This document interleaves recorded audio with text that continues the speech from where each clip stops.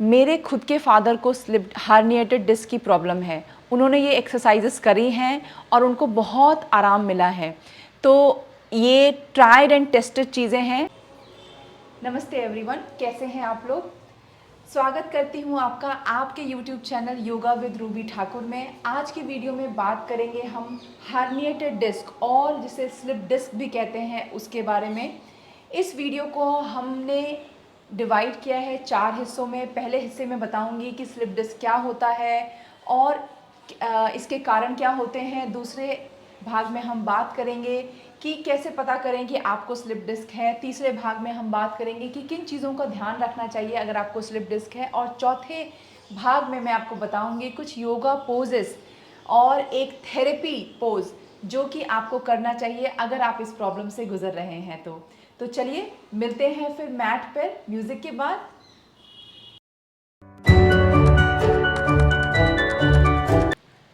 अगर आप ये वीडियो पूरा नहीं देखना चाहते, आप नहीं जानना चाहते कि स्लिप डिस्क क्या है और डिटेल नहीं जानना चाहते, तो आप सीधे इस वीडियो को स्क्रॉल करके जहाँ से एक्सरसाइज शुरू होती है वहाँ से देख सकते हैं।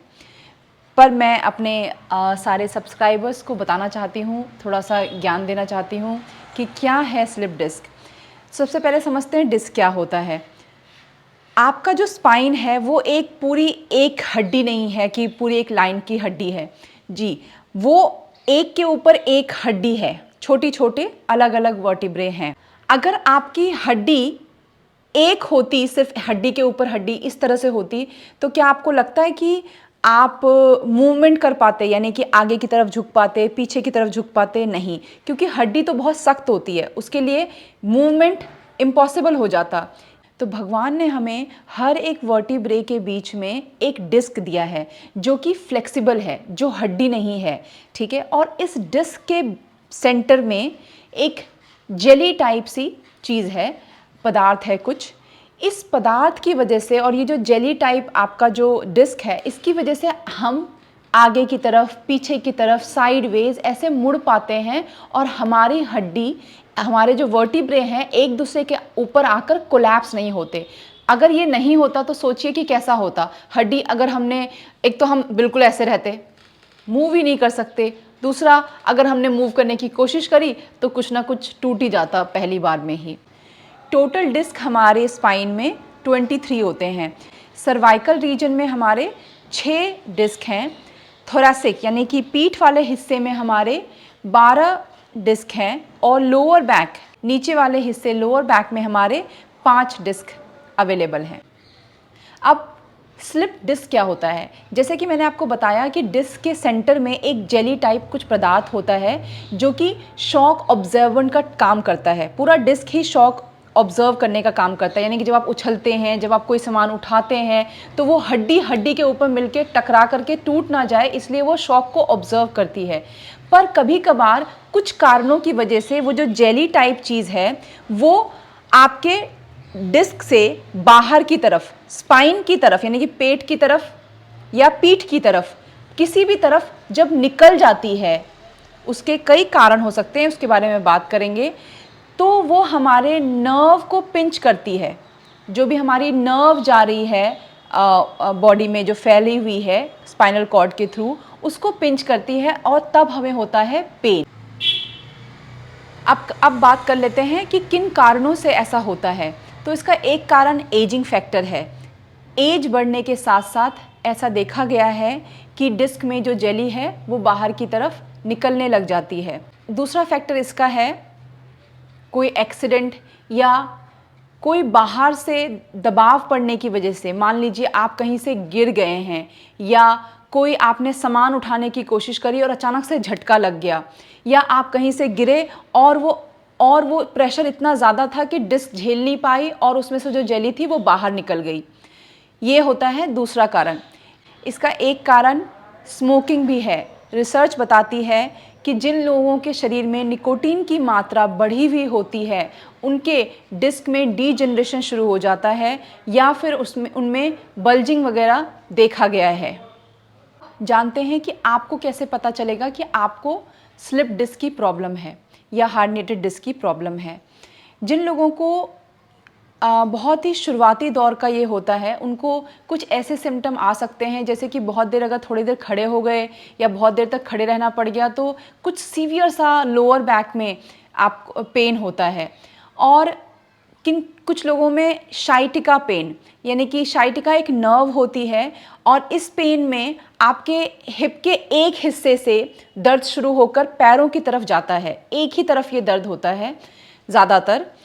इस तरह का दर्द भी कभी कभी बल्जिंग ऑफ डिस्क या फिर हर्निएटेड डिस्क की वजह से हो रहा होता है।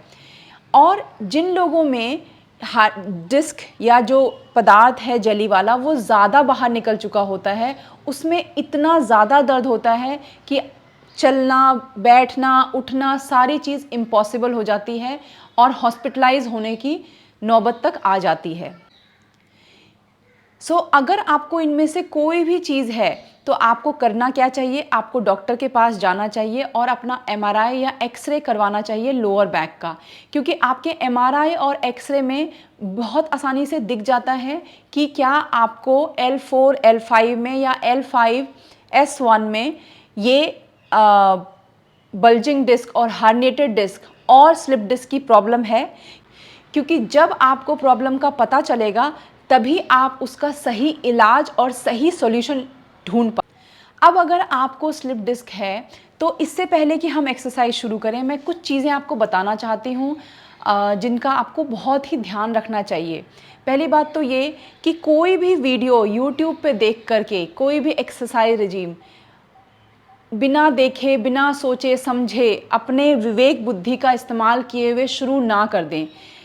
आज ये एक्सरसाइज भी, वैसे तो मैं सारी एक्सरसाइज आपको करते समय सावधानी के साथ ही बताऊंगी और दूसरी मेरा जो लेवल होगा वो इतना माइल्ड होगा कि वो आप हर कोई कर सकता है, लेकिन मैं उन वीडियोस की बात कर रही हूँ जिनमें बहुत ही सीवियर एक्सरसाइज होती है, बहुत ही ज़्यादा तेज़ चीज़ें हो रही होती हैं और आप उसके लिए शायद रेडी नहीं होते, आपको जो पेन होता है वो उन एक्सरसाइज के बाद ज़्यादा बढ़ जाता है।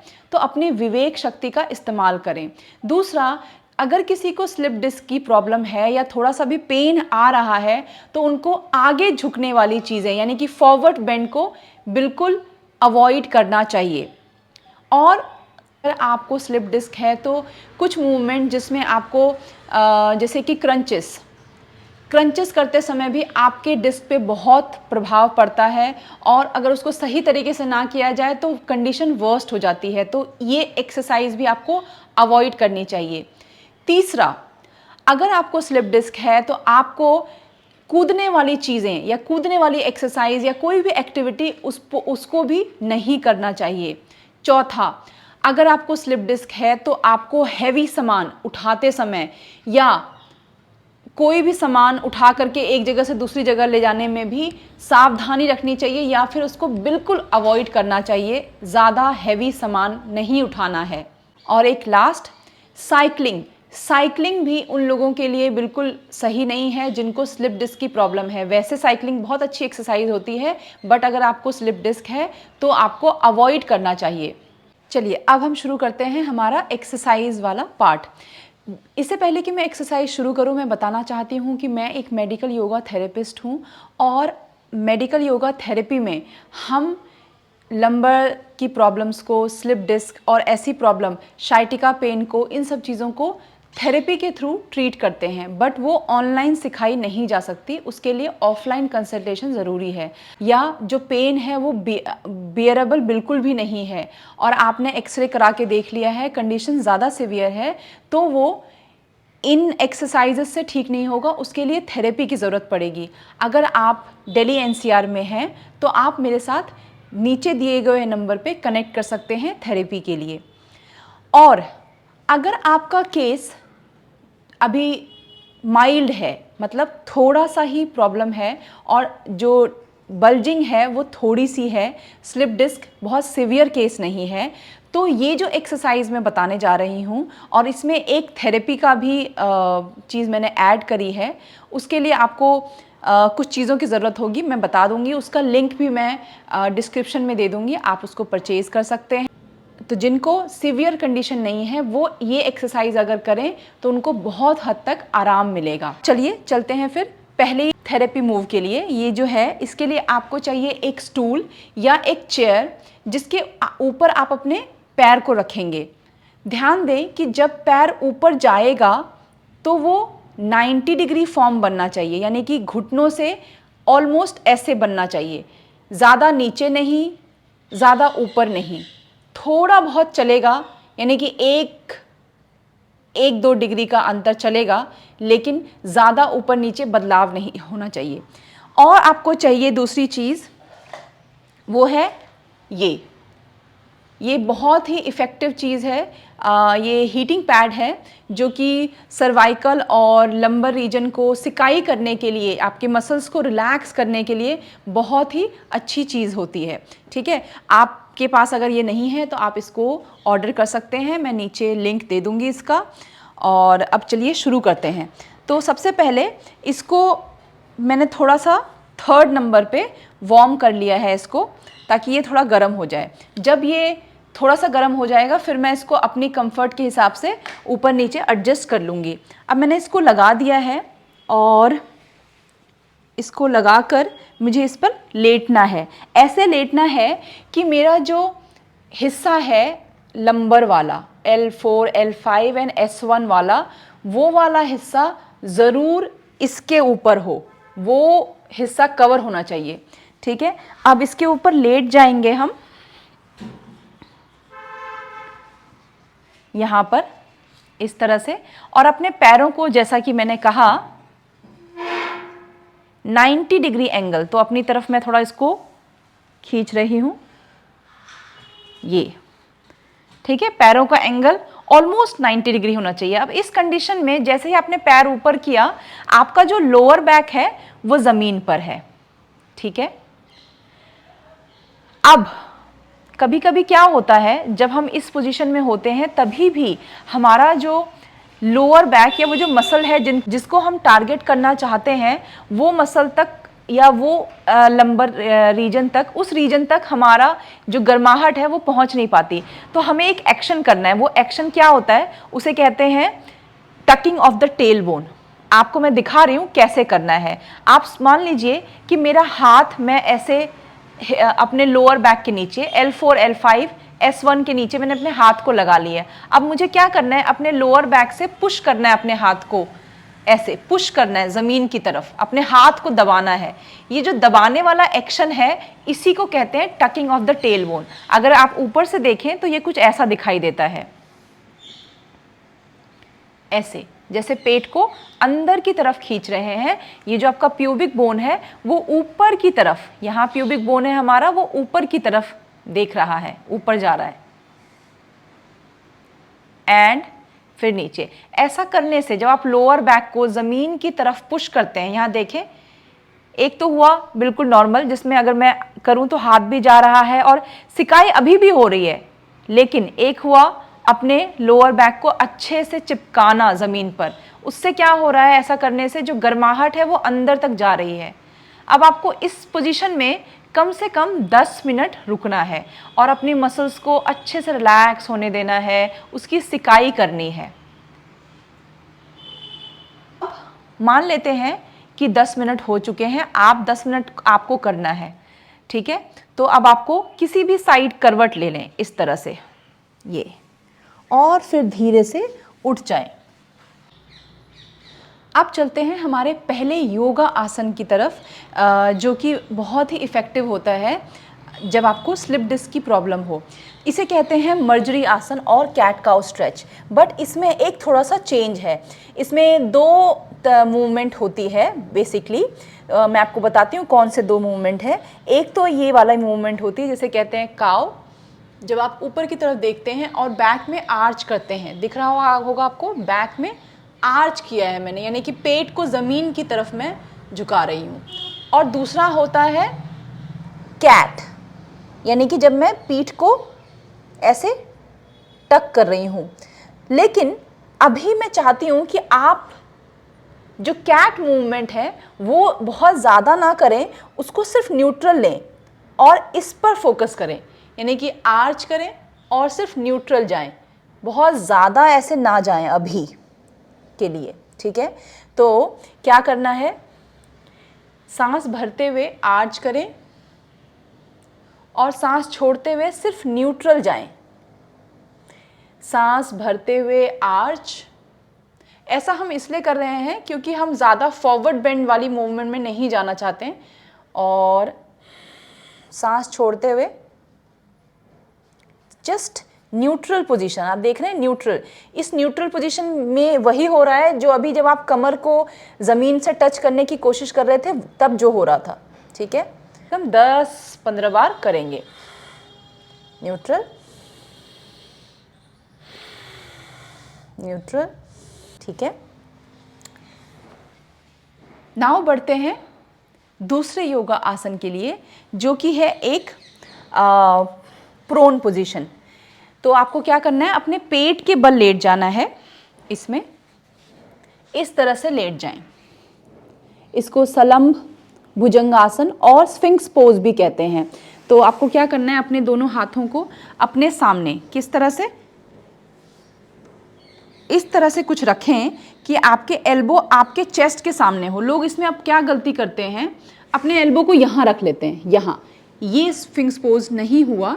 आपको अपने एल्बो को अपने सामने रखना है, ऐसे। जैसे आप अपने सामने रखेंगे आप अपने आप ही उठ जाएंगे ऊपर की तरफ। ठीक है, तो अपने हाथों को, ये जो लोअर वाला हैंड है ये आपके पैरेलल है, ऐसे नहीं है ऐसे या ऐसे, पैरेलल है। ये देखिए चेस्ट के बिल्कुल सामने, देखें एक बार। अब ध्यान मेरे पंजों पे ले जाएं।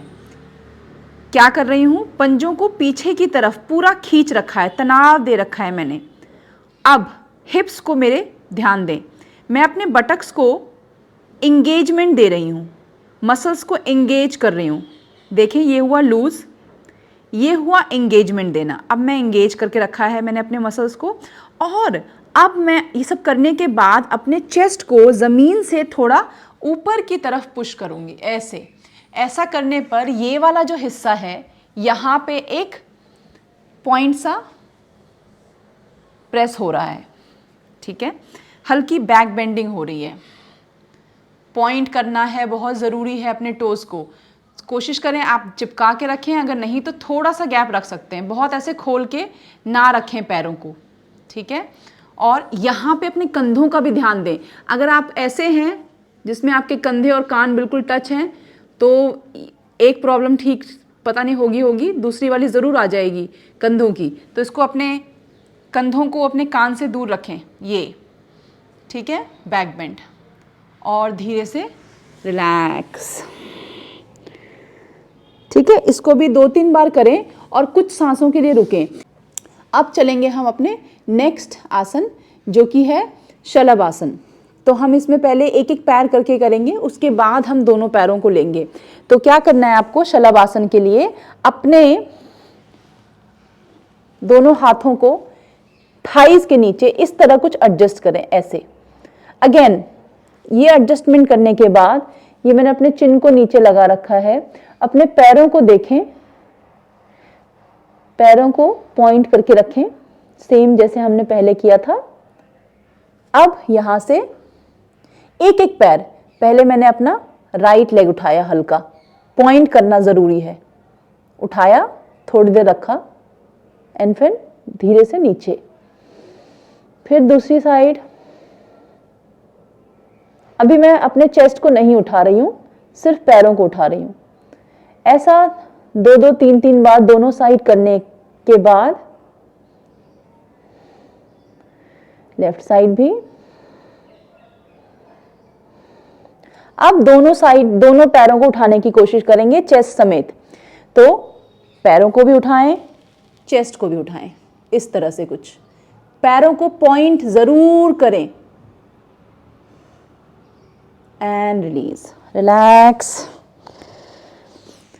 जब भी आप पेट के बल लेटकर कुछ आसन करते हैं, जिसे कि प्रोन पोजीशन में आसन कहा जाता है, ध्यान रखें कि आपको ज़्यादा बैक बेंडिंग से ज़्यादा ध्यान रखना है लंबाई देने पर।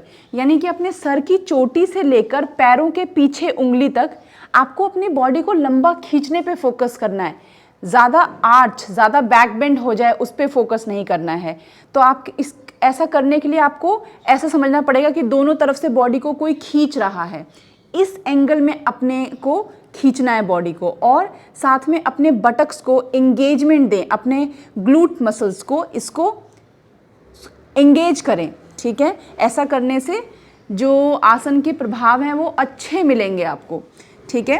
अब आ जाते हैं यहाँ से, उठेंगे हम दोनों हाथ को चेस्ट में रख के, उठेंगे पूरा जैसे भुजंगासन में उठे। इस आसन में उठने के लिए भी अपने पंजों को पॉइंट करें पीछे, और इस तरह से। अब यहाँ पे कुछ लोग कोलैप्स हो जाते हैं, ये करते हैं, ऐसा नहीं करना है। अपने शोल्डर्स को कान से दूर लें, ठीक है। और अब यहाँ से चाइल्ड पोज जाना है, तो धीरे धीरे धीरे धीरे हिप्स को पीछे की तरफ, हील्स की तरफ लेना है, और सर को रिलैक्स नीचे रख दे।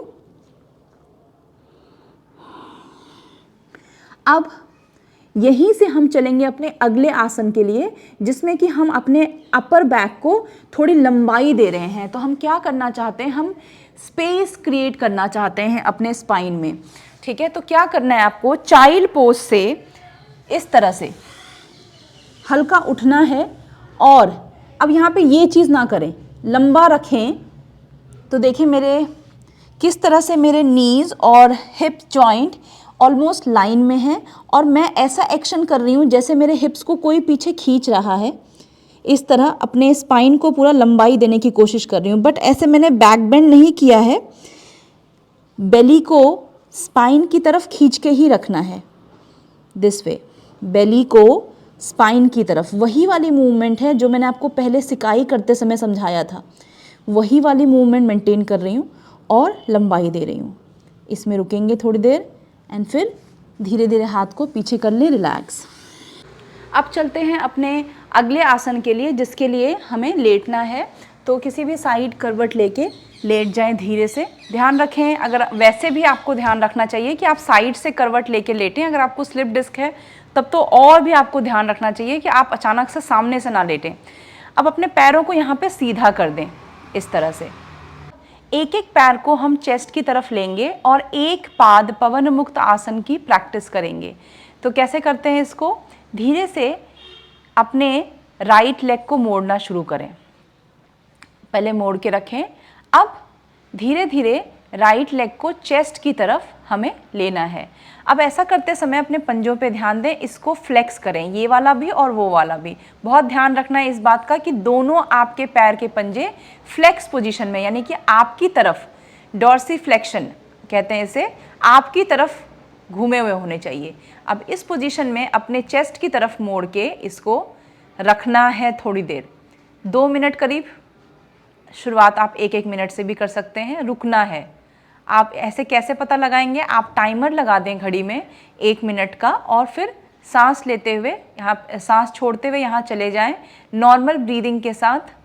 जब तक टाइमर ना बजे तब तक इस पोजीशन में नॉर्मल ब्रीथ करते रहें और रुके रहें।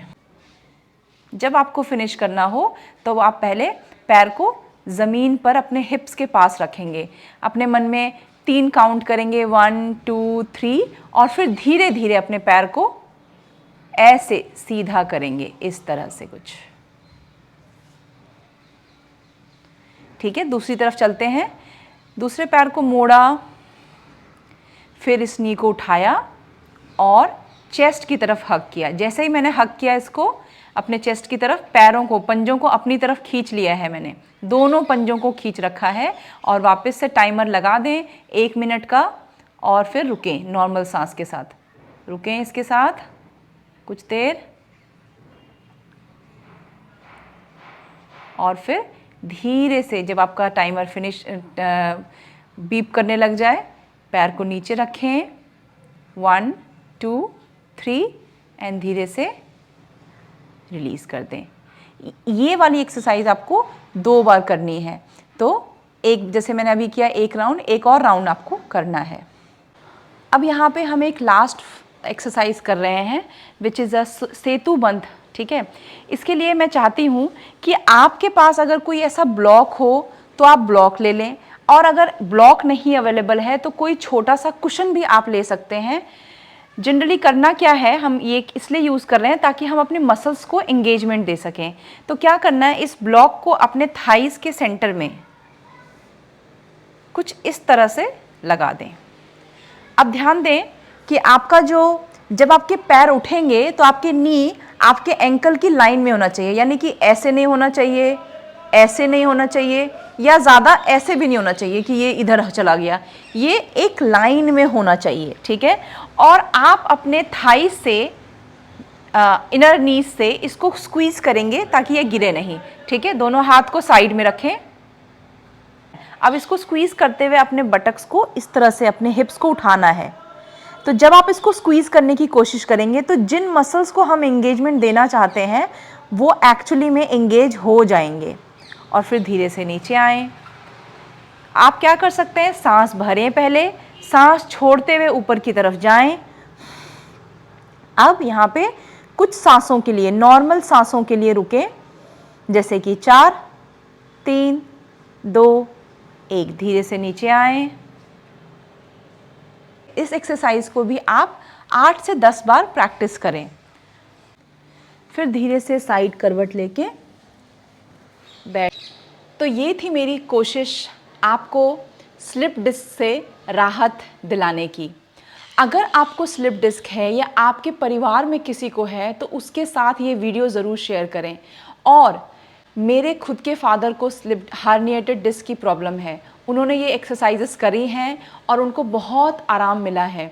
तो ये ट्राइड एंड टेस्टेड चीज़ें हैं। अगर आपको स्लिप डिस्क है या लोअर बैक में पेन है, ये एक्सरसाइजेस करके ज़रूर देखें, आपको बहुत हद तक फ़ायदा। ये एक्सरसाइज आप हर रोज़ प्रैक्टिस कर सकते हैं या फिर कम से कम हफ्ते में 4 से 5 बार ज़रूर प्रैक्टिस करें इसकी। आई होप कि आपको ये वीडियो पसंद आई होगी। इसी तरह की और वीडियोस के लिए मुझे सपोर्ट करें सब्सक्राइब करके, और मेरी वीडियोस को ज़्यादा से ज़्यादा शेयर करें, पूरा देखें उसे, ताकि मुझे मोटिवेशन मिले और इस तरह की वीडियोस बनाने का। अगले हफ्ते फिर मिलूँगी एक नई वीडियो के साथ। तब तक के लिए स्वस्थ रहें, खुश रहें। धन्यवाद।